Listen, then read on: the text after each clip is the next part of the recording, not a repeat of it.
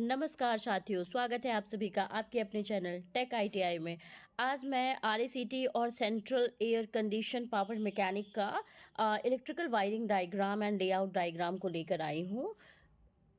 तो देखिए, तो सबसे पहले हम लोग यहाँ पे क्या देखेंगे, याद रखना है हम लोग को क्या पढ़ रहे हैं, यहाँ पे वायरिंग डायग्राम पढ़ रहे हैं, ठीक है। तो यहाँ पे देखिए हम लोग यहाँ पे वायरिंग डायग्राम वाटर कूलर का, ठीक है, वाटर कूलर जो आप यूज़ करते हो उसका वायरिंग डायग्राम कैसा है वो हम लोग पढ़ते हैं। तो आप इस फिगर को ध्यान से देखिए, उस फिगर में आपका क्या क्या बताया गया है वो देखेंगे। तो इस डायग्राम में हम लोगों का देखिए वाटर कूलर है।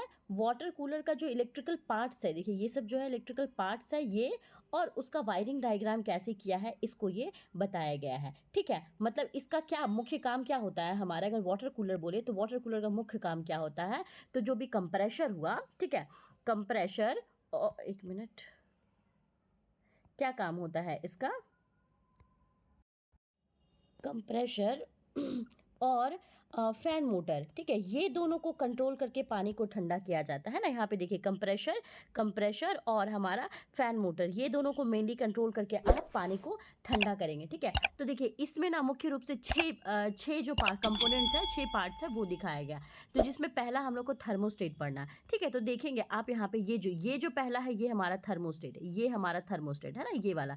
तो अभी इसके बारे में सिर्फ हम लोग देखते हैं कि थर्मोस्टेट क्या करता है, ठीक। तो देखना है थर्मोस्टेट मतलब क्या होता है। थर्मोस्टेट क्या होता है, तो एक टेम्परेचर कंट्रोल स्विच होता है। अगर बोला जाए कि थर्मोस्टेट थर्मोस्टेट ये क्या होता है, तो ये क्या होता है, एक तापमान को नियंत्रित करने का तापमान नियंत्रित स्विच होता है ये, ठीक है, तापमान नियंत्रित स्विच होता है, ठीक है, तापमान नियंत्रित स्विच होता है, ठीक है। ये कहाँ लगा होता है, तो ये याद रखना है, ये हम लोग का वाटर टैंक है उसके पास में लगाया जाता है, ठीक है। वाटर टैंक जो होगा ना उसी के पास में लगाया जाता है। क्यों लगाया जाता है, ताकि पानी का जो टेम्परेचर है वो डिटेक्ट करे, टेम्परेचर मतलब उसका तापमान को वो डिटेक्ट करेगा, मतलब इसलिए लगाया जाता है। अब ये पूछेगा तो डिटेक्ट करेगा मतलब कैसे काम करेगा, तो अगर इसका काम पूछेगा तो हम लोग क्या बताएंगे, जब पानी का टेम्परेचर ज़्यादा हो गया, ठीक है, पानी का तापमान अगर ज़्यादा हो जाता है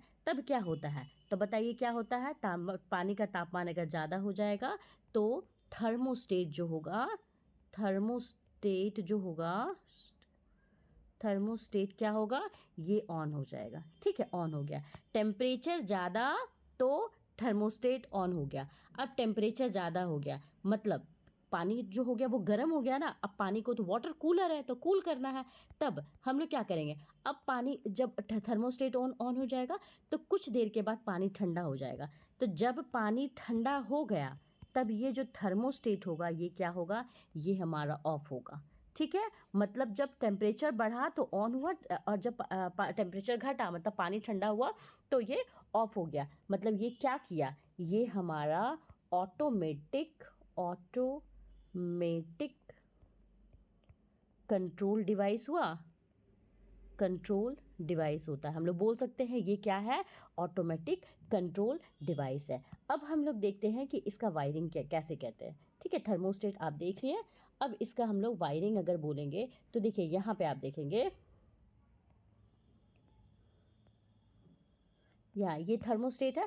तो देखिए यहाँ पे अगर देखेंगे तो ये जो थर्मोस्टेट है, यहाँ देखिए लाइन है ना, यहाँ पे मतलब ये किससे आ रहा है, तो फेज सप्लाई जो होता है वो सबसे पहले किस में जा रहा है, हमारा थर्मोस्टेट में जा रहा है। देखिए L2 से हमारा डायरेक्टली थर्मोस्टेट में गया है ना, थर्मोस्टेट से जा रहा है। अब यही जो थर्मोस्टेट है यही सप्लाई को जो है वो आगे पूरे कंप्रेशर मोटर के साथ मतलब कंप्रेशर सर्किट में ये इसको भेजती है, ठीक है। तो ये हमारा थर्मोस्टेट का काम हो गया, ठीक है। देख लीजिए ये हमारा थर्मोस्टेट का काम हुआ। थर्मोस्टेट बोलेगा टेम्परेचर को नियंत्रित करती है, वाटर टाइम में टेम्परेचर कितना है उसको वो बता रही है। अगर पानी का तापमान ज़्यादा है थर्मोस्टेट ऑन, पानी का तापमान अगर ठंडा हो जाएगा तो पानी ठंडा तो हमारा थर्मोस्टेट जो होगा वो ऑफ हो जाएगा, ठीक। तो पहला हमारा हो गया थर्मोस्टेट। दूसरा हम लोग इसमें देखेंगे, दूसरा यहाँ पे हम लोग इसमें फ़ैन मोटर के बारे में देखते हैं, ठीक है। दूसरा क्या देख रहे हैं हम लोग, फ़ैन मोटर के बारे में हम लोग देखते हैं, ठीक है। तो देखिए फ़ैन मोटर मतलब क्या, ये क्या है,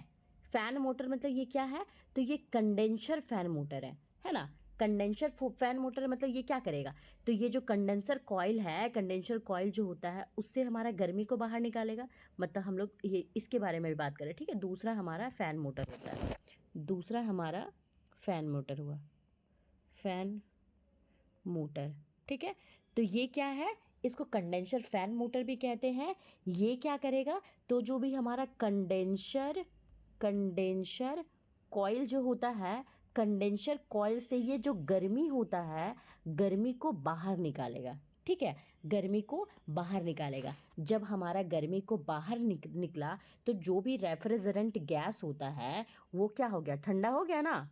गर्मी बाहर निकल गया तो रेफ्रिजरेंट गैस क्या हो गया, ठंडा हो गया। अगर इसका ये बोलेगा वायरिंग डायग्राम बोलेगा तो हम लोग क्या बोल सकते हैं कि ये जो फैन मोटर होता है, फैन मोटर के साथ हम लोग देखिए यहाँ पे क्या डाले हैं, एक यहाँ पे कैपेसिटर डाले हैं, मतलब क्या 4 एफ एम डी 400 मतलब ये 15 वोल्ट का कैपेसिटर जुड़ा हुआ है।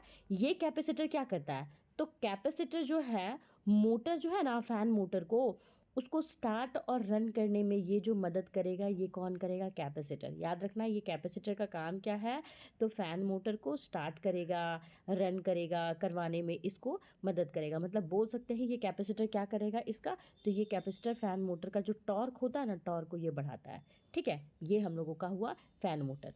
अब थर्ड पॉइंट है हमारा LMS रिले। थर्ड पॉइंट क्या होता है हमारा, थर्ड पॉइंट हुआ हमारा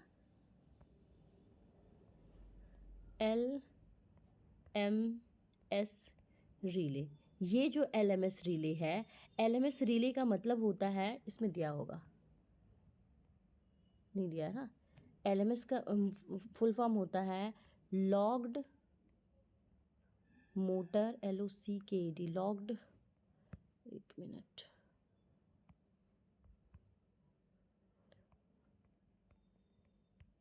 लॉग्ड मोटर स्टार्टिंग,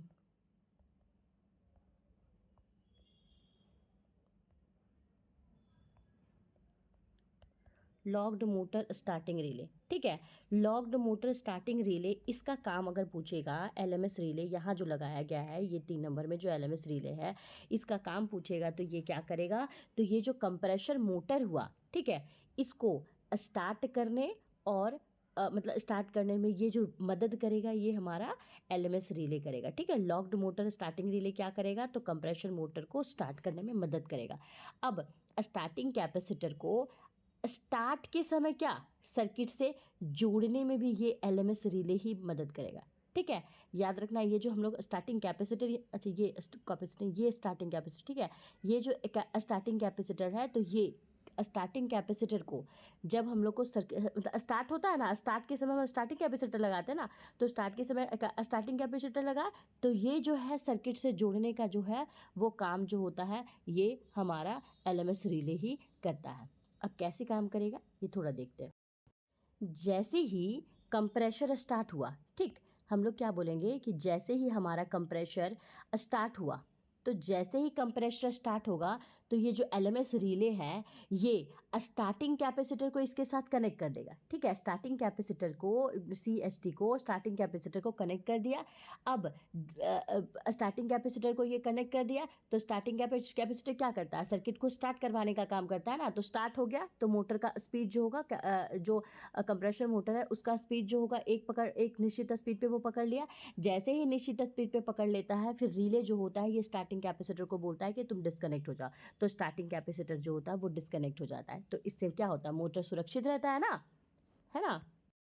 तो अब हम लोग थोड़ा देख लेते हैं कि इसके बारे में क्या क्या लिखे हैं, ठीक है। तो देखिए यहाँ पे इसके कंपोनेंट्स के नाम में हम जो बता दिए हैं बस वही है, इसमें आपको थोड़ा सा लिख दिया है। थर्मोस्टेट क्या करता है, तो थर्मोस्टेट आपका टेम्परेचर को कंट्रोल करता है। जब पानी ठंडा हो जाता है तो जो कंप्रेशर होता है इसको हम लोग ऑफ कर देते हैं, ठीक है। इसको हम लोग ऑफ कर दिए, टेम्परेचर बढ़ने पर ये ऑन हो जाता है, ठीक है। पानी ठंडा हो गया तो ये ऑफ कर दिया, टेम्परेचर बढ़ गया मतलब उस गर्म हो गया पानी, फिर ये ऑन कर देता है थर्मोस्टेट, ठीक है। फैन मोटर क्या देखे थे, तो फैन मोटर में देखे थे कंडेंसर कॉइल को ठंडा करता है ना, कंडेंसर कॉइल को ठंडा कर रहा है, हीट को बाहर निकालने में मदद करता है। एलएमएस रिले की बात किए थे, तो कंप्रेशर को स्टार्ट करने के लिए स्टार्टिंग करंट जो है वो देना पड़ता है, ठीक है। तो ये जो है हमारा रिले का फंक्शन बता रहा है ना, मोटर स्टार्ट होने के बाद फिर स्टार्टिंग सर्किट को डिस्कनेक्ट कर देता है। कंप्रेशर मोटर की अगर बात बोलेंगे तो रेफ्रिजरेंट गैस को कंप्रेस किया, कूलिंग साइकिल का ये मेन पार्ट होता है कंप्रेशर मोटर ना, क्योंकि यही जो होता है वो कंप्रेस करने का, गैस को कंप्रेस करने का काम कंप्रेशर मोटर ही करता है। अब आता है हमारा ओवरलोड प्रोटेक्टर। ओवरलोड प्रोटेक्टर क्या किया, तो मोटर को ओवर करंट और ओवर हीटिंग से बचाने का काम जो है वो हमारा ओवरलोड प्रोटेक्टर करता है। और स्टार्टिंग कैपेसिटर की बात करेंगे तो कंप्रेशर मोटर को स्टार्ट होने में एक्स्ट्रा टॉर्क कौन दे रहा है, तो स्टार्टिंग कैपेसिटर जो है वो टॉर्क देने के काम करती है। इसका वर्किंग में देख लेते हैं। वर्किंग में हमारा पहला पावर सप्लाई आता है, मतलब सबसे पहले हम लोग पावर सप्लाई को ऑन किए, आया थर्मोस्टेट ऑन होने पर कंप्रेशर स्टार्ट हुआ। फिर रिले और कैपेसिटर मोटर को स्टार्ट कराते हैं ना, रिले और कैपेसिटर जो है वो मोटर को स्टार्ट किए। फिर फैन मोटर कंडेंसर को ठंडा करता है, जब ठंडा हो जाता है फिर हमारा ऑफ हो जाता है थर्मोस्टेट, ठीक।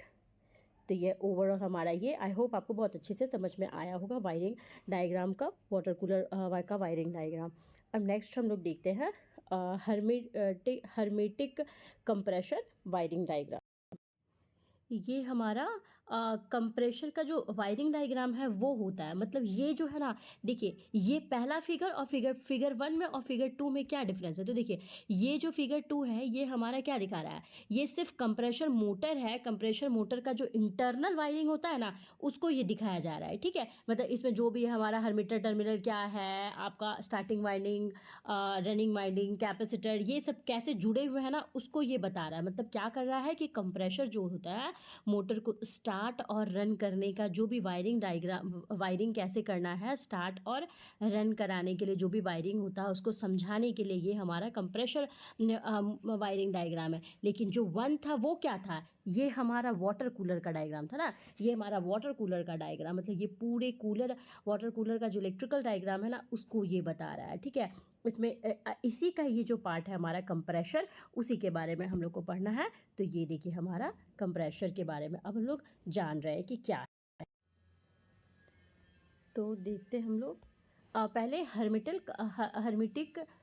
हर्मेटिक कंप्रेशर वायरिंग डायग्राम है, ये देखेंगे हम लोग। तो ये देखिए हम लोग पहले देखते हैं कि इसमें है क्या क्या, ठीक है। मतलब इसमें हम लोगों को मेनली हम लोग को क्या देखना है कि मोटर जो स्टार्ट और रन करा रहे हैं तो उसमें कहाँ कहाँ इलेक्ट्रिकल पार्ट लगा रहे हैं वो सब हम लोगों को देखना है। तो यहाँ पे देखेंगे हम लोग कि इसमें क्या क्या पार्ट है। तो देखिए इसमें क्या क्या है, एक हमारा हर्मेटिकल टर्मिनल है, मतलब कंप्रेशर का टर्मिनल हुआ ये है हमारा, ठीक है।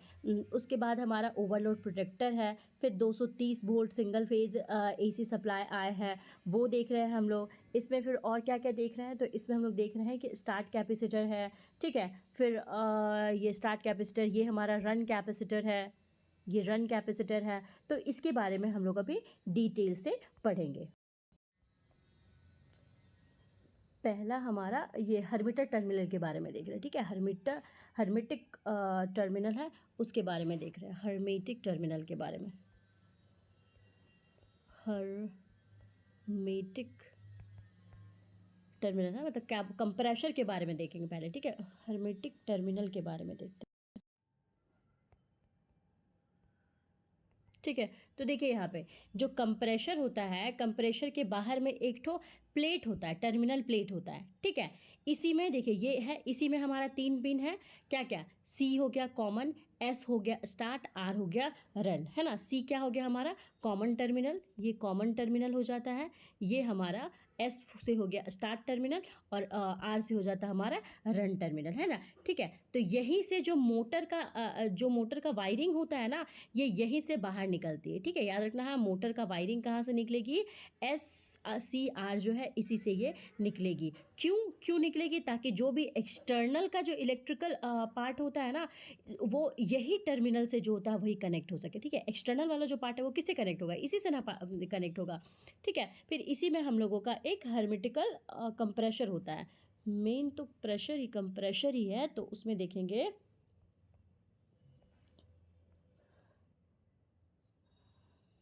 ठीक है। तो ये देखिए इसका जो मेन पार्ट हर्मेटिकल जो कंप्रेशर हुआ उसका ये क्या है, तो ये जो कंप्रेशर है ना यही ना हमारा ठंडा कर रहा है, तो यही जो होता है ना ये हमारा मतलब मेन पार्ट होता है। ये कहाँ पे लगा जाता है, तो जो भी आपका रेफ्रिजरेशन सिस्टम हुआ, वाटर कूलर हुआ, एयर कंडीशनिंग हुआ, इन मशीन के ना नीचे में या फिर पीछे में, नीचे या पीछे के पीछे जो होता है यही हर्मेटिकल कंप्रेशर को लगाते हैं। ठीक है, तो ये जो भी हमारा मोटर हो गया और कंप्रेशर पंप होता है, दोनों में ना एक हमारा ना मतलब शील्ड स्टील बॉडी होता है। ठीक है, शील्डेड स्टील बॉडी होता है उसमें, मतलब नहीं बॉडी जो बाहर का स्टील का बॉडी होता है उसी के अंदर देखिएगा ना आप, तो उसी के अंदर हमारा यहाँ पे कंप्रेशर ये लगा रहता है। अब इसका काम पूछेगा तो इसका काम क्या है, तो जो भी हमारा रेफ्रिजरेंट गैस है ना, रेफ्रिजरेंट गैस जो यूज़ करते हो उसको कंप्रेश करना होता है। ठीक है, कंप्रेश करना मतलब दबाना। ठीक है, कंप्रेश करना उसका काम होता है कंप्रेशर का। ठीक है, या फिर गैस का जो प्रेशर होता है या टेम्परेचर होता है उसको इंक्रीज़ करना। ठीक है ना, गैस को के प्रेशर को इंक्रीज़ कर दिया, टेम्परेचर को इंक्रीज़ कर दिया, या फिर आप कूलिंग साइकिल जो होता है ना उसको ये मतलब ये अच्छे तरीके से चलाता है। प्रेशर को इंक्रीज़ करना मतलब जैसे होता है ना आपका रूम में ये इतना बड़ा रूम है, यहाँ पे पूरे में आपका गैस भरा हुआ है। अब इसी को आप यही गैस को आप निकाल के एक सिलेंडर में आप इसको भर लीजिए, तो क्या किया, ये प्रेशर को इंक्रीज़ किया ना, उसी टाइप से इसके प्रेशर और टेम्परेचर को बढ़ाना जो होता है ये इसका काम होता है। ठीक है, तो हो गया ये। उसके बाद देखिए क्या है नेक्स्ट, उसके बाद इसके बारे में देखते हैं, ओवरलोड प्रोटेक्टर के बारे में देखते हैं। ठीक है, ओवरलोड प्रोटेक्टर के बारे में, ये वाले के बारे में देखेंगे।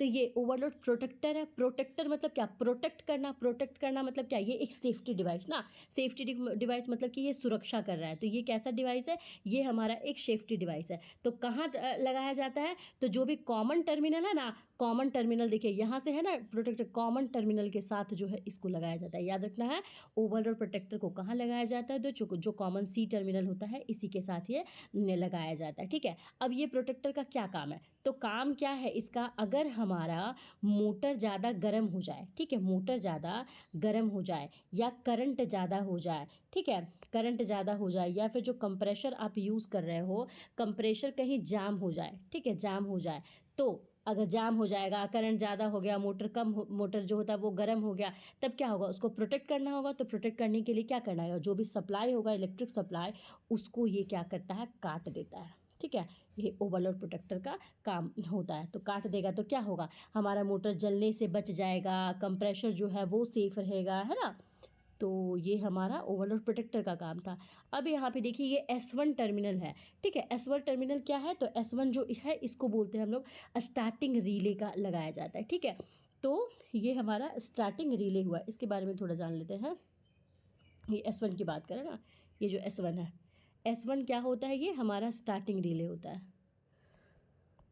स्टार्टिंग रिले होता है। ठीक है, ये कहाँ लगाएंगे, तो याद रखना है ये कंप्रेशर का जो टर्मिनल होता है ना उसके ऊपर जो है वो हम लोग लगाते हैं, कंप्रेशर के टर्मिनल के ऊपर, टर्मिनल के ऊपर में उसको लगाते हैं। आप जब ओरिजिनल डायग्राम देखेंगे ना तो उसमें आपको अच्छे से समझ में आएगा। ठीक है, तो ये रिले का क्या काम होता है, तो जब हमारा कंप्रेशर स्टार्ट हुआ, ठीक है, जब हमारा कंप्रेशर को स्टार्ट करते हैं, जब कंप्रेशर को हम लोग स्टार्ट करते हैं, स्टार्ट होता है, तो जो रिले होता है ये क्या करता है, तो रिले जो भी स्टार्ट कैपेसिटर हमने यूज़ किया ना, देखिए यहाँ पे स्टार्ट कैपेसिटर और रन कैपेसिटर, तो स्टार्ट कैपेसिटर को ना ये हमारा सर्किट में जो होता है वो जोड़ने का काम करता है ये। ठीक है, तो ये स्टार्ट कैपेसिटर को सर्किट में जोड़ दिए, तब क्या होगा, मोटर जो होता है वो एक नॉर्मल स्पीड जो होता है वो पकड़ लेती है। ठीक है, अब नॉर्मल स्पीड पकड़ ली, मोटर चलने लग गई, मोटर जब चलने लगेगी तब क्या करेगा, स्टार्ट कैपेसिटर जो है, जो भी हमारा स्टार्ट कैपेसिटर है उसको हम लोग डिस्कनेक्ट कर देंगे। तो डिस्कनेक्ट कर दिए तो ये सेफ़ हो गया ना, ये तो हाँ सेफ़ हो गया हमारा। ठीक है, तो ये मतलब स्टार्ट कैपेसिटर को ना याद रखना कि सिर्फ हम लोग डिस्कनेक्ट कर रहे हैं, तो क्यों डिस्कनेक्ट कर रहे हैं, क्योंकि स्टार्टिंग कैपेसिटर को सिर्फ हम लोग स्टार्टिंग के टाइम में ही यूज़ करते हैं, ठीक है, स्टार्टिंग टाइम में ही हम लोग इसका यूज़ करते हैं स्टार्ट कैपेसिटर का, इसीलिए इसको डिस्कनेक्ट करना बहुत आवश्यक होता है, ठीक है। इसीलिए ये रिले जो होता है, ये मोटर का जब स्पीड नॉर्मल स्पीड पे पहुंच जाती है, जब स्टार्ट हो जाता है, तो जो स्टार्ट कैपेसिटर लगाए थे होता है, उसको वो डिस्कनेक्ट का काम करती है, ठीक है। उसके बाद हम लोग यहाँ पे देख लिए हैं S1 का ये रिले हो गया। अब देखिएगा, आप लोगों को हम क्लास में रिले का भी सिंबल बनाए थे, तो आपने ये ऐसा ऐसा वाला सिंबल बनाया होगा, है ना, RACT ट्रेड में। अब है हमारा स्टार्ट कैपेसिटर, ये है स्टार्ट कैपेसिटर, ठीक। तो ये कहाँ लगाएंगे, तो ये किससे जुड़ा हुआ है, तो ये हमारा स्टार्ट टर्मिनल से जुड़ा होता है, ठीक है। देखिए ये है, इससे ये जुड़ा, ये जो स्टार्ट है ना, स्टार्ट टर्मिनल से ये हमारा कैपेसिटर जो होता है वो हमारा जुड़ा होता है, ठीक है। तो जब हमारा स्टार्ट कैपेसिटर से स्टार्ट टर्मिनल से जुड़ा हो जाएगा, तब ये क्या होगा, तो जो मोटर होता है ना, मोटर को ये एक्स्ट्रा स्टार्टिंग टॉर्क देता है, ठीक है, स्टार्टिंग टॉर्क देता है।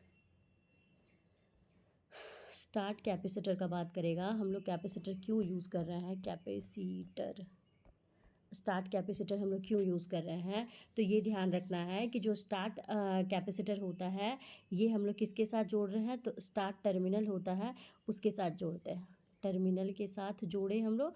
तो ये क्या काम किया, तो ये काम क्या करता है, जो भी एक्स्ट्रा स्टार्टिंग टॉर्क है, एक्स्ट्रा स्टार्टिंग टॉर्क को देने का काम किसका होता है, तो ये स्टार्टिंग कैपेसिटर होता है, ठीक है। तो क्या होता है, क्यों देता है ये, कि देखिए सिंगल फेज मोटर जो होता है वो खुद से नहीं है, सिंगल फेज मोटर जो आप यूज़ करते हो ना, तो सिंगल फेज मोटर जो होता है ये खुद से हमारा स्टार्ट नहीं होता है, ठीक है। तो खुद से नहीं स्टार्ट होता ना, इसीलिए ये जो कैपेसिटर लगा है ना, तो कैपेसिटर क्या किया ना, हमारा ये फेज शिफ्ट को देता है, ठीक है, फेज शिफ्ट को दिया, ठीक।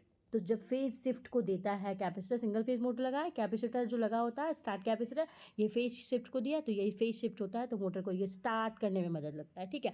तो स्टार्ट करने मतलब स्टार्ट करने बोले तो तुरंत ही मोटर, जल्दी मोटर जो होता है वो हमारा स्टार्ट, जल्दी मोटर जो है वो हमारा स्टार्ट हो गया। कंप्रेशर जो होता है वो आसानी से घूम जाता है, ठीक है, आसानी से घूमता है। ये हमारा स्टार्टिंग कैपेसिटर का काम हुआ, ठीक। उसके बाद हम लोग को स्टार्टिंग कैपेसिटर देख लें, तो रन कैपेसिटर भी देख लेते हैं साथ ही साथ। ये रन कैपेसिटर, तो देखिए ये हमारा रन कैपेसिटर यहाँ पे है, ये रन कैपेसिटर मतलब स्टार्टिंग कैपेसिटर स्टार्टिंग में लगा है, जब स्टार्टिंग मोटर स्टार्ट हो गया तो उसके बाद हम लोग डिस्कनेक्ट कर दिए, उसके बाद जो होगा वो रन कैपेसिटर के साथ ये चलने लगेगा। तो ये जो रन कैपेसिटर है ना, ये क्या करेगा, तो ये हमारे मशीन को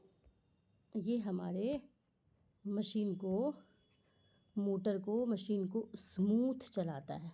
कैसा चलाएगा, स्मूथ चलाना इसका रन कैपेसिटर का काम होता है, ठीक। ये स्मूथ चलाया, अगर स्मूथ चला तो क्या होगा, ज़्यादा दिन तक हमारा मोटर चलेगा ना, तो इसका एफिशिएंसी जो होता है, इसका दक्षता जो होता है वो हमारा बढ़ जाता है, ठीक है, इसका दक्षता जो हो जाता है वो इंक्रीज़ हो जाता है। और क्या होगा, इसका पावर फैक्टर जो होता है वो भी अच्छा होता है, क्योंकि कैपेसिटर क्या करता है, पावर फैक्टर को इम्प्रूव करता है ना, तो ये हमारा पावर फैक्टर को ये अच्छा करता है। और क्या होगा, तो जो भी मोटर होता है ना, जो भी हम लोग कंप्रेशर मोटर होता है वो कम बिजली खपत करता है। पावर फैक्टर इंप्रूव हुआ तो क्या होगा, कम बिजली खपत करेगा। देखते नहीं है, जो भी कोई प्लांट, पावर प्लांट यूज़ करते हैं या फिर कोई भी इंडस्ट्रीज़ वगैरह जो यूज़ करता है, अगर उसमें बहुत सारा लैगिंग नेचर का लोड लगाया जाता है तो उसके लिए एक्स्ट्रा पेनाल्टी लगा जाता है, पेनाल्टी उसको देना पड़ता है इसीलिए उसको मेंटेनेंस ज़रूरी होता है। और वो बोलता है कि आप अपने लोड को लीडिंग लोड पे चलाएं, ठीक है, लीडिंग लोड पे अगर जो चलाता है उसको एक्स्ट्रा जो होता है वो कंसेक्शन भी देता है सरकार, ठीक है।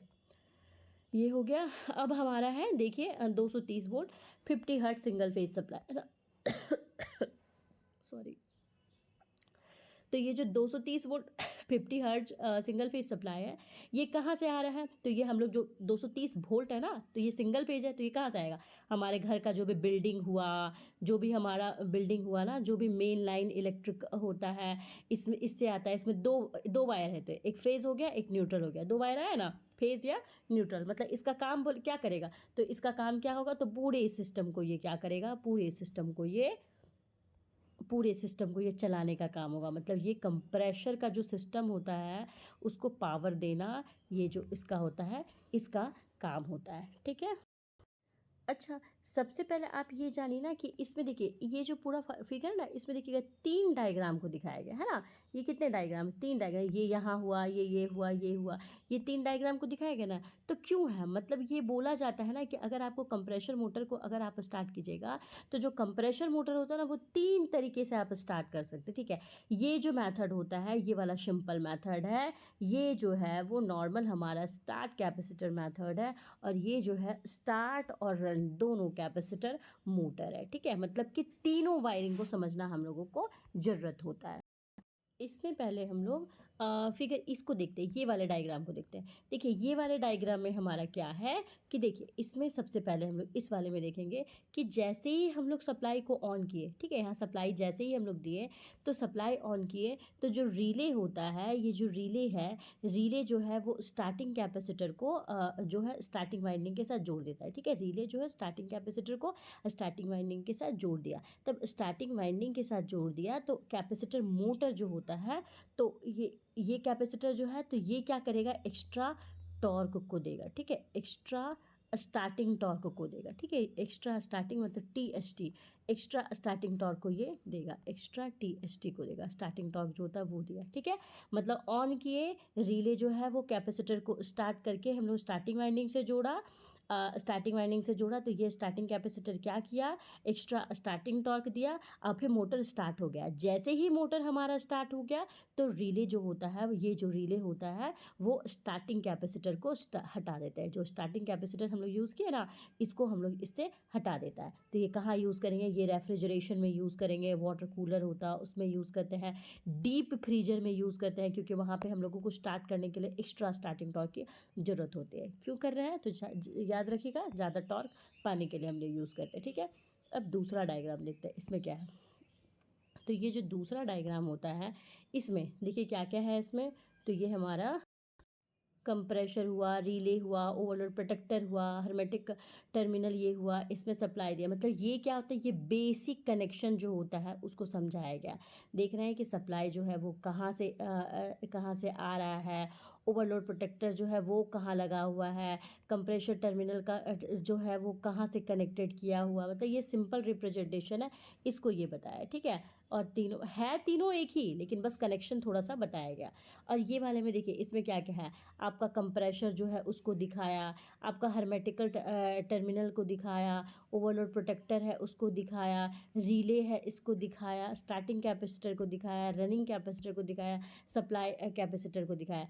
इसमें ये दोनों से क्या खास है, ये दोनों के कंपैरिजन में देखिए ये दोनों से क्या खास है, तो ये और ये दोनों में एक्स्ट्रा एक रन कैपेसिटर जो है वो लगाया गया है, ठीक है। मतलब याद रखना है इसमें 2 कैपेसिटर लगा है, start capacitor, run capacitor. Start capacitor क्या कर रहा है, तो स्टार्ट कैपेसिटर मोटर को स्टार्ट करता है, और रन कैपेसिटर क्या है, तो रन कैपेसिटर मोटर को स्मूथ चलाने के लिए काम करता है, ठीक है। अब कैसे हम लोग इसका वर्किंग होगा, जैसे ही हम लोग स्टार्ट किए, ठीक है, हम लोग क्या करेंगे, जैसे ही स्टार्ट करेंगे हम लोग, तब स्टार्टिंग के समय क्या होगा, स्टार्टिंग के समय क्या होगा कि जो स्टार्ट कैपेसिटर है वो स्टार्ट कैपेसिटर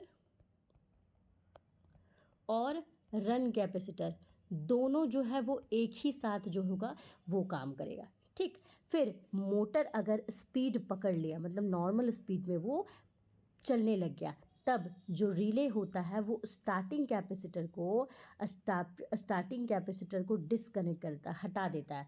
ये हटा दिया तो सिर्फ अब किस पे रन करेगा, तो सिर्फ एक रन कैपेसिटर है इस पे, ये इसको हटा देता है कनेक्शन से, सिर्फ इसके साथ ये रन करने लगता है, ठीक है। इसका भी यूज़ एयर कंडीशनिंग में यूज़ करेंगे, बड़ा बड़ा सा जो कंप्रेशर सिस्टम होता है उसमें यूज़ करेंगे, कॉमर्शियल रेफ्रिजरेशन होता है उसमें यूज़ करेंगे, ठीक है। तो आई होप आपको ये तीनों डायग्राम भी बहुत अच्छे से समझ में आया होगा, ठीक है।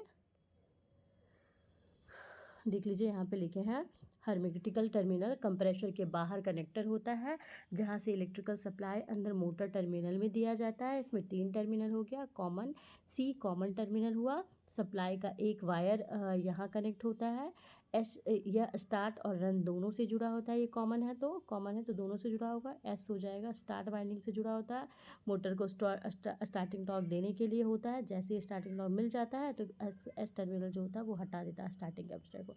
रन कैपेसिटर क्या हो गया, रन वाइंडिंग से जुड़ा होगा, मोटर की कंटिन्यूस रनिंग के लिए करता है। कंप्रेशर मोटर में 2 वाइंडिंग होता है, स्टार्ट वाइंडिंग और रन वाइंडिंग, ठीक है। ओवरलोड प्रोटेक्टर की बात करेगा तो ओवरलोड प्रोटेक्टर क्या किया, ओवरलोड प्रोटेक्टर जो है वो कंप्रेशर मोटर को डैमेज होने से बचाया था, ठीक है। अगर करंट ज़्यादा हो जाएगा, टेम्परेचर बढ़ जाएगा तो सप्लाई जो होगा ऑटोमेटिक कट कर देगा। ये कट कौन करेगा, तो ओवरलोड प्रोटेक्टर है वो कट करेगा, ठीक है। इसको कहाँ लगाएंगे, तो कॉमन टर्मिनल के साथ सीरीज में लगाते हैं, ये सब ध्यान रखिएगा। स्टार्ट कैपेसिटर की बात करेगी तो स्टार्ट कैपेसिटर मोटर को स्टार्ट करने के लिए कर रहे हैं। इसका फंक्शन बोलेगा तो स्टार्टिंग वाइंडिंग में एक्स्ट्रा टॉर्क देने के लिए, स्टार्टिंग वाइंडिंग में फेज शिफ्ट पैदा करता है कैपेसिटर। उसके बाद फेज शिफ्ट पैदा हो गया तो मोटर तुरंत स्टार्ट हो गया। मोटर स्टार्ट होने के बाद यह सर्किट से डिसकनेक्ट हो जाता है। कैसे डिसकनेक्ट होगा, तो ये रिले के द्वारा, है ना। रन कैपेसिटर क्या होगा, रन कैपेसिटर मोटर को स्मूथ रनिंग के लिए यूज़ कर रहे हैं। स्मूथ रनिंग के लिए पावर फैक्टर को इम्प्रूव करता है। कैपेसिटर एक स्टार्टिंग कैपेसिटर भी आया और हमारा रन कैपेसिटर भी आया, तो इससे क्या होता है, पावर फैक्टर इम्प्रूव हो जाता है, मोटर का एफिशिएंसी बढ़ जाता है, मोटर को स्मूथ और स्टेबल चलाने के लिए यूज़ करता है। स्टार्टिंग कैपेसिटर में हाई कैपेसिटर, रन में लो कैपेसिटर। ये केवल स्टार्टिंग में यूज़ होगा, ये पूरे रनिंग टाइम में रन है तो पूरे रनिंग टाइम में ये यूज़ होता है, ठीक है। 230 वोल्ट सिंगल फेज सप्लाई की बात करेगी तो ये कंप्रेशर को पावर सप्लाई दिया है ना, कंप्रेशर को power supply 230 volt single phase supply देता है। कनेक्शन में बोलेगा तो फेज से हमारा ओवरलोड प्रोटेक्टर में गया, ओवरलोड प्रोटेक्टर से कंप्रेशर में गया और न्यूट्रल से फिर रन टर्मिनल में गया। इस सप्लाई से कंप्रेशर मोटर जो होता है वो इसका कनेक्शन हुआ, कंप्रेशर मोटर चल रही है। कंप्रेशर मोटर का बात करेगा तो कंप्रेशर जो है रेफ्रिजरेशन सिस्टम का हार्ट होता है। रेफ्रिजरेशन सिस्टम का हार्ट कौन हुआ, कंप्रेशर, ठीक। तो क्या करता है ये, रेफ्रिजरेटर गैस को कंप्रेस किया, हाई प्रेशर और हाई टेम्परेचर गैस बनाया, कूलिंग साइकिल को स्टार्ट करता है, ठीक है। इसका वर्किंग प्रेशर में देख लीजिएगा। सबसे पहले क्या करेंगे, पावर सप्लाई कंप्रेशर को दी जाती है, ठीक है। कंप्रेशर को पावर सप्लाई दिए। दूसरा में क्या करेंगे, सप्लाई जो है पहले ओवरलोड प्रोटेक्टर से गुजरेगी, है ना। जब कंप्रेशर में दिए, कंप्रेशर के बाद हम लोग ओवरलोड प्रोटेक्टर जो होता है उससे हमारा सप्लाई गुजरा। उसके बाद स्टार्ट कैपेसिटर जो है वो स्टार्ट वाइंडिंग को एक्टिवेट किया। जैसे स्टार्ट कैपेसिटर है, स्टार्टिंग वाइंडिंग को वो एक्टिवेट करेगा, मोटर जो है वो स्टार्ट हो जाएगा। फिर रन वाइंडिंग मोटर को वो कंटिन्यूस चलाएगा, ठीक है। रनिंग वाइंडिंग को उसको कंटिन्यूस चलाया और ओवरलोड प्रोटेक्ट मोटर को ये डैमेज होने से बचाता है, ठीक। तो ये हमारा सेकंड पूरा ख़त्म हो। तो अब हमारा है upright freezer wiring diagram. Figure 1 हम लोग क्या देखे, फिगर 1 में हम लोग वाटर कूलर का वायरिंग डायग्राम देखे, है ना। वाटर कूलर का वायरिंग डायग्राम देखे। फिगर 2 में हम लोग कंप्रेशर मोटर का वायरिंग देखे। और फिगर 3 में हम लोग जो फ्रीज़र है ना, फ्रीज़र जो आप लोग यूज़ करते हैं उसका कंप्लीट वायरिंग डायग्राम है, ठीक है। क्यों है, क्योंकि इसमें सब चीज़ कंप्रेशर होगा, ओवर प्रोटेक्टर, मतलब सब चीज़ का इसमें बताया गया है, इसीलिए कंप्लीट वायरिंग डायग्राम है। तो चलिए हम लोग देखते हैं क्या क्या है इसके बारे में, ठीक है। तो देखिए ये हमारा हुआ फ्रीज़र का पूरा वायरिंग डायग्राम। तो देखिए यहाँ पे सबसे पहले हम लोग नीचे से स्टार्ट करते हैं। ये जो 2 टर्मिनल है ये पावर सप्लाई का टर्मिनल हुआ, पी और एन हुआ ना। मतलब याद रखना है, ये नीचे जो है पी हो गया फेज, एन हो गया न्यूट्रल। मतलब ये पूरे फ्रीज़र को इलेक्ट्रिकल सर्किट में, मतलब सप्लाई जो 230 वोल्ट सप्लाई हम लोग को मिलता है, 230 वोल्ट सप्लाई मिलता है वो यहीं से मिलता है, ठीक है, ध्यान रखना है। उसके बाद देखिए ये सिस्टम ग्राउंडिंग के बारे में भी देख रहे हैं, ठीक है। सिस्टम ग्राउंड हुआ, लीनियर ग्राउंड हुआ, थर्मोस्टेट ग्राउंड हुआ, डिफ्रॉस्ट ग्राउंड हुआ, फैन मोटर ग्राउंड हुआ, लाइट ग्राउंड हुआ। ये सब जो हो गया ना, जो भी हमारा मशीन हुआ, मशीन का बॉडी हुआ, इलेक्ट्रिकल पार्ट्स है, सब में ये सब जो होता है वो लगा रहे हैं, ठीक है। तो ग्राउंडिंग कर रहे हैं, तो ग्राउंडिंग क्या करता है, ये शॉक से बचाता है, इलेक्ट्रिकल शॉक मतलब झटका से आपको बचाता है, ठीक है। और जो भी एक्स्ट्रा करंट होता है जिसको हम लोग लीकेज करंट बोलते हैं, लीकेज धारा जो होता है उसको अर्थ पे भेजने का काम ये हम लोगों का करता है, ठीक है। उसके बाद देखिए यहाँ देखिए, अब इसके बाद डायरेक्टली आप यहाँ पे आइए। ये वाला जो टर्मिनल है ना, इसको, इस यूनिट को, पूरे यूनिट को बोलते हैं कंप्रेशर यूनिट। इसको क्या बोलते हैं, इसको बोलते हैं कंप्रेशर यूनिट, ठीक है, कंप्रेशर यूनिट, ठीक है। तो इसमें बहुत सारे पार्ट है, क्या क्या है देखिए, एक है हमारा फ्यूजी साइट टर्मिनल, ठीक है, एफ यू क्या लिखा हुआ है, FUSITE, फ्यूसाइट टर्मिनल होता है। ये जो होता है ना कंप्रेशर का सबसे ऊपर वाला पार्ट होता है, यहीं पे लगा होता है। तो ये क्या है, तो जो भी कंप्रेशर मोटर का जो CSR मतलब कॉमन स्टार्टिंग और रनिंग जो टर्मिनल है ना, यही हमारा फ्यूसाइट टर्मिनल होता है, ठीक। तो जो भी मोटर होता है ना, मोटर वाइंडिंग जो है, मोटर वाइंडिंग को इलेक्ट्रिकल सप्लाई देने के काम जो है ये फ्यूसाइट टर्मिनल होता है, ठीक। उसके बाद हम लोग आते हैं ओवरलोड प्रोटेक्टर के पास। देखिए ये ओवरलोड प्रोटेक्टर यहाँ पे है, ये हो गया हमारा ओवरलोड प्रोटेक्टर। ये जो ओवरलोड प्रोटेक्टर है ये किसके साथ लगा है, तो ये हमारा कंप्रेशर के साथ लगा हुआ है ना।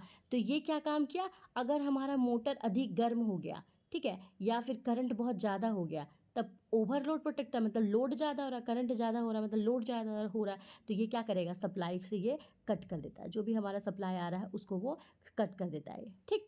उसके बाद हमारा देखिए रिले है। ये रिले जो होता है, ये कंप्रेशर टर्मिनल के पास हमारा ये रिले लगा हुआ है। ये रिले क्या कर रहा है, रिले लगा हुआ है, ये क्या कर रहा है, तो मोटर को स्टार्ट कराने के लिए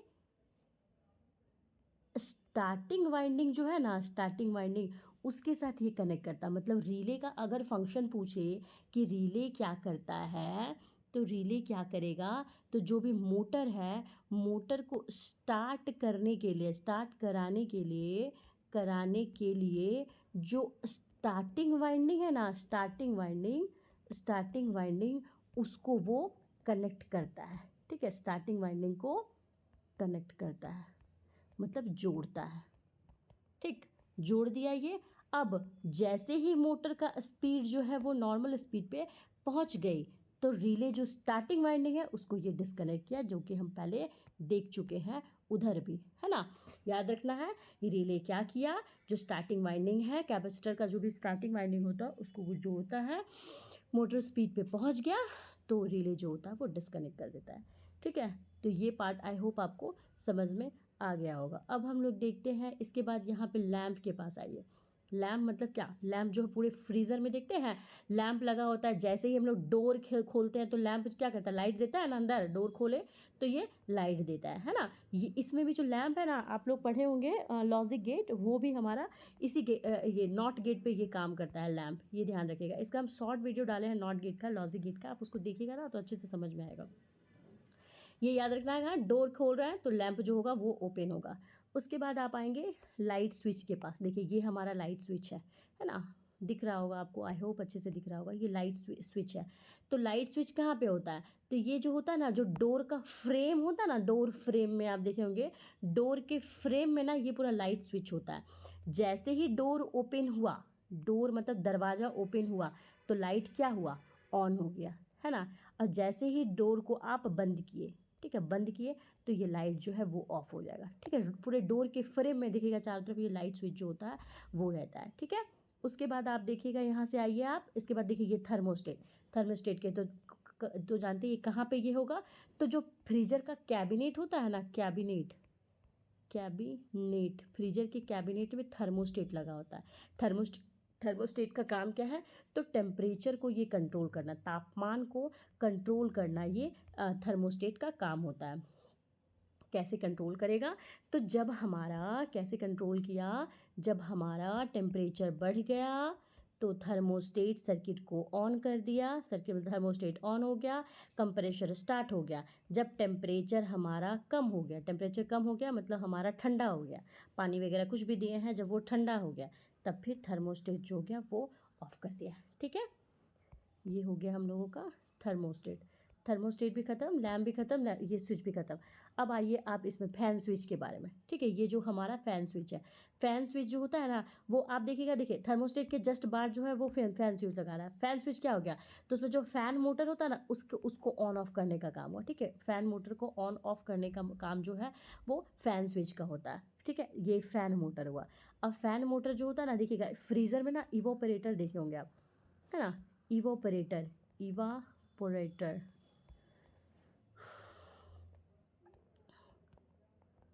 इवापोरेटर के पास हम लोग क्या लगाते हैं, फैन मोटर जो होता है वो लगाते हैं, ठीक है। फ्रीजर में इवापोरेटर के पास फैन मोटर लगा है। ये फैन मोटर क्या हुआ, जो भी कोल्ड एयर होता है ना, उसके कोल्ड एयर मतलब क्या, ठंडा जो एयर हुआ, ये पूरे फ्रिज में सर्कुलेट कराने का काम क्या किसका होता है, फैन मोटर का काम होता है, ठीक है। फैन मोटर ये क्या करता है, पूरे फ्रिज में जो भी इवोपरेटर के पास मतलब पूरे फ्रीज में जो भी ये होता है ना कोल्ड एयर, उसको वो सर्कुलेट कराने का काम करता है, ठीक। ये हो गया। अब आता देखिए डिफ्रॉस्ट टाइमर। ये डिफ्रॉस्ट टाइमर ना बहुत इंपॉर्टेंट पार्ट है। जब भी हमारा डिफ्रॉस्ट में क्या होता है, जब भी हमारा फ्रीजर में जो भी आइस होता है ना, मतलब बर्फ़ हुआ, बर्फ़ अगर जमा हो जाता है तो बर्फ़ जमा हो गया तो इसको हटाने के लिए उसमें हीटर को ऑन करने का काम हमारा डिफ्रॉस्ट टाइमर किया, है ना। इसमें जो टाइमर लगा होता है ना, ये हमेशा 2 मोड पे काम करता है। डिफ्रॉस्ट टाइमर की बात कर रहे हैं। इसमें जो टाइमर होता है ये 2 मोड पे काम करता है। कौन कौन सा मोड, तो पहला हो जाएगा हमारा कूलिंग मोड। पहला कूलिंग मोड मतलब कंप्रेशर जो है वो चल रहा है, कूलिंग मोड में कंप्रेशर चलता होता है, ठीक है। दूसरा हमारा होता है डिफ्रॉस्ट मोड। डिफ्रॉस्ट मोड जो कि यहाँ दर्शाया गया है ना, ये क्या है, कंप्रेशर इसमें ऑफ है, इसमें कंप्रेशर ऑन था, इसमें कंप्रेशर ऑफ है, लेकिन जो डिफ्रॉस्ट हीटर है ये हमारा ऑन है, ठीक है। तो ये हमारा डिफ्रॉस्ट टाइमर का हुआ। डिफ्रॉस्ट टाइमर क्या बोलेगा, जब फ्रीजर में हम लोग का आइस जमा हो गया, बर्फ़ जमा होता है, तो उसको हटाने के लिए हम लोग हीटर को ऑन करते हैं, ठीक है। उसके बाद हम लोग का डिफ्रॉस्ट हीटर हुआ ना, उसके बाद इसके बाद ना इसके बारे में आइए, ये के बारे में। ये जो है ना, ये क्या हमारा, ये हम लोग देखेंगे इसके बारे में। देखिए ये जो हमारा है ना, ये वाला, ये क्या है, ये जो जिगजैग जिगजैग लाइन है, यही है ना, यही हमारा डिफ्रॉस्ट हीटर है। ये तो हम लोग टाइमर देखे ना, यही हमारा हीटर होता है, ठीक है। हीटर हुआ, डिफ्रॉस्ट हीटर होता है, हीटर।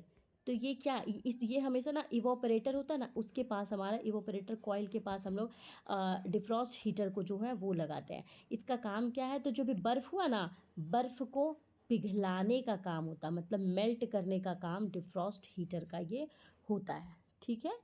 उसके बाद आप देखेंगे इसके बारे में देखिए, है ना, टर्मिनेशन थर्मोस्टेट। तो देखिए इसका काम क्या है, ये क्या क्या बर्फ़ को पिघलाया ना, हीटर जो है बर्फ़ को पिघलाया। अब जब बर्फ़ पूरी तरह मेल्ट हो जाता है तो जो हमारा टर्मिनेशन थर्मोस्टेट है, ये क्या करेगा, ये इस हीटर को ये ऑफ करता है, ठीक है। टर्मिनेशन थर्मोस्टेट, यहाँ पे टाइमर देखें हम लोग क्या किया, तो हम लोगों का जब भी बर्फ़ जमा हो गया तो ये ऑन किया, ये इसको मेल्ट कर दिया हीटर, और मेल्ट जब हो जाता है तो फिर पूरी तरह से मेल्ट हो गया, तो ये जो टर्मिनेशन थर्मोस्टेट है ये इसको ये कर देता है, मतलब ऑफ़ कर देता है। ऑफ़ कर दिया, अगर ऑफ़ नहीं करेगा तब क्या होगा, बहुत ज़्यादा ओवर हीटिंग हो जाएगा ना, इसीलिए। उसके बाद हम लोग देखेंगे, उसके बाद देखेंगे देखिए ये जो डिफ्रॉस्ट हीटर हुआ ना, ये यही वाला कनेक्शन यहाँ से, इसीलिए इसको यहाँ दिखाया गया है, ठीक है। ये वाला बोलिए चाहे ये, दोनों का कनेक्शन एक ही हुआ है, ठीक है। उसके बाद आप देखिए ड्रेन थ्रू हीटर, ये वाला, ठीक है, ड्रेन थ्रू हीटर। ये क्या किया, तो ड्रेन थ्रू हीटर कहाँ लगा रहा है, तो ड्रेन थ्रू हीटर ना ड्रेन पाइप के पास होता है। ये क्या करता है ड्रेन थ्रू हीटर, तो ये क्या करेगा, तो ये जो पानी है ना, पानी को पाइप में फ्रीज होने से मतलब जमने से ये बचाता है ना। मतलब उसमें पाइप पाइप है वहाँ पे, अगर बहुत ज़्यादा ओवर ठंडा हो गया ना, बहुत ज़्यादा ओवर ठंडा हो गया, तब वहाँ पे क्या हो जाता है कि जम जाता है ना बर्फ़, तो बर्फ़ जम जाएगा तो क्या पानी ही नहीं आपका आएगा, तो इसीलिए वहाँ पे जो पाइप होता है ना, पाइप में जमने से बचाने के लिए क्या यूज़ करता है, ड्रेन थ्रू हीटर जो है वो यूज़ करते हैं हम लोग, ठीक है। तो आप, आई होप आपको बहुत अच्छे से सारा part, each and every part मैंने समझा दिया है, समझ में आ गया होगा। अब इसका हम लोग थोड़ा सा वर्किंग समझ लेते हैं। देखिए हम लोग क्या किए, सबसे पहले हीटर को ऑन करेंगे, 1 मिनट, हम लोग सबसे पहले क्या किए, हीटर को ऑन किए, ठीक है, यहाँ से सप्लाई दिए ना, हीटर ऑन हुआ। हीटर जैसे ही ऑन हुआ तब जो थर्मोस्टेट हो गया उसमें, थर्मोस्टेट सबसे पहले ये वाला पार्ट, थर्मोस्टेट क्या करेगा, वो टेम्परेचर को चेक करेगा, टेम्परेचर चेक करेगा कि पानी उसमें गर्म है ठंडा है, जो भी आप सामान यूज़ किए हो गर्म है ठंडा है, मतलब टेम्परेचर को चेक किया। अगर टेम्परेचर चेक किया अब पता चला टेम्परेचर मतलब तापमान जो है वो हमारा ज़्यादा हो गया, तब क्या होगा, कंप्रेशर ऑन हो जाएगा। कंप्रेशर ऑन हो गया, फिर जो इसमें फ़ैन मोटर है, फ़ैन मोटर ऑन हो, कंप्रेशर जैसे ही ऑन हो गया तो फ़ैन मोटर जो हो गया वो ठंडा ठंडा हवा जो है वो पूरे ये में सर्कुलेट करेगा, ठीक है, सर्कुलेट करेगा। उसके बाद हमारा वो क्या होगा, वह ठंडा हो जाएगा ना, तो वहाँ पे जमने की ये होगी, तो ये जो होगा हमारा यहाँ पे आइस मतलब बर्फ़ जमने का प्रोसेस स्टार्ट होगा। तो यहाँ पे जो डिफ्रॉस्ट टाइमर है ये ऑन होगा, डिफ्रॉस्ट टाइमर जो हो गया वो ऑन हो गया, डिफ्रॉस्ट टाइमर ऑन हो गया। उसके बाद ये जो भी हमारा हीटर का आइस हो जाता है, बर्फ़ हो जाता है, उसको वो पिघला देता है, ठीक है, पिघला दिया। उसके बाद जैसे ही ये पिघल गया तो ये हमारा जो टर्मिनेशन थर्मोस्टेट है ये हीटर को ऑफ़ कर देता है, ऑफ़ कर दिया। बस यही हमारा प्रोसेस हुआ फ्रीज़र में, ठीक है। ये क्या है, ये अपराइट फ्रीज़र है, ये इसमें फ्रीज़र के साथ डिफ्रॉस्ट टाइमर भी लगा होता है, ठीक है, जम रहा है तो उसको भी हटाने का काम इसमें करता है। फिगर 1 में हम लोग क्या देखे, वाटर कूलिंग का सिस्टम देखे, पूरा वायरिंग डायग्राम देखे फिगर 1 में वाटर कूलिंग का, दूसरा में कंप्रेशर मोटर का देखे, और तीसरा में आपको फ्रीज़र का कंप्लीट डायग्राम देखे हैं, ठीक है। आई होप आपको बहुत अच्छे से समझ में आया होगा। तो देखते हैं क्या क्या लिखे हैं। सबसे ऊपर बाईं तरफ देखिए ग्राउंड कनेक्शन है, ये वाले कब का बात बोल रहा है ना, इस वाले पार्ट का बात कर रहा है। हर एक पार्ट को डिस्क्राइब कर दिया कहाँ पे है, क्या क्या लीनियर ग्राउंड है, अर्थिंग का पॉइंट है, linear ground, thermostat ground, defrost, fan motor, light motor, इन सबको एक कॉमन अर्थिंग से जोड़ा गया है, क्यों, ताकि शॉक से प्रोटेक्शन दे, ठीक है। बीच में बाईं तरफ एक लैंप है, लैंप हम दिखाए थे, लैंप जो है वो लैंप का कनेक्शन कैसे दिया, सप्लाई पावर सप्लाई से लाइट स्विच में आया, लाइट स्विच से लैंप में आया, डोर जैसे ही खुलता है दरवाज़ा लैंप ओपन हो जाता है, ठीक है, ऑन हो जाता है।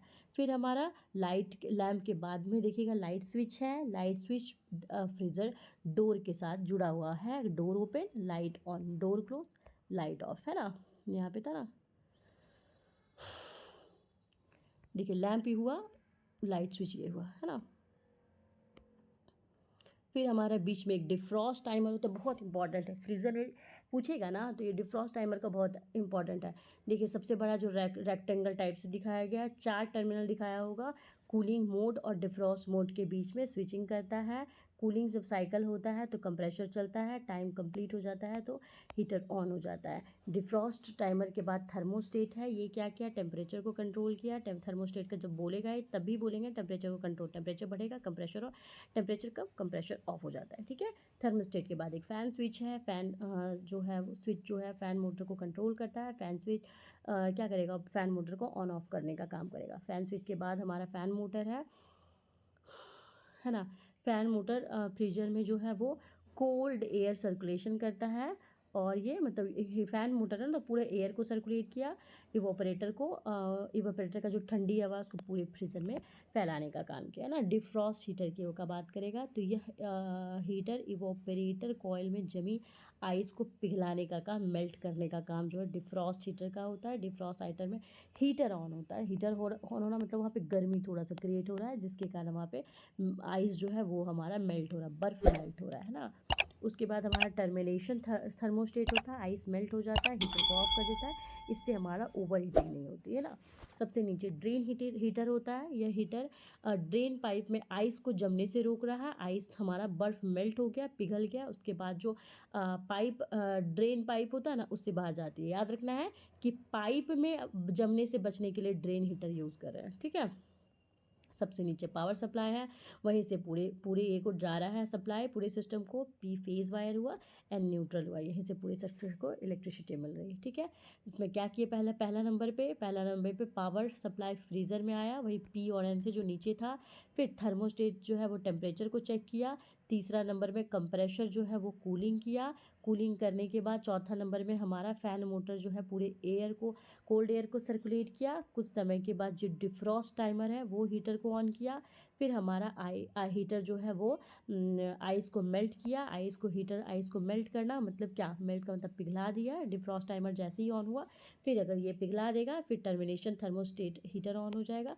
ये हीटर ऑन हो गया, फिर सिस्टम जो है फिर से कूलिंग मोड में आ गई। ठीक है, तो आज हम 3 डायग्राम जो है, वायरिंग डायग्राम आपको बहुत अच्छे से समझाए हैं।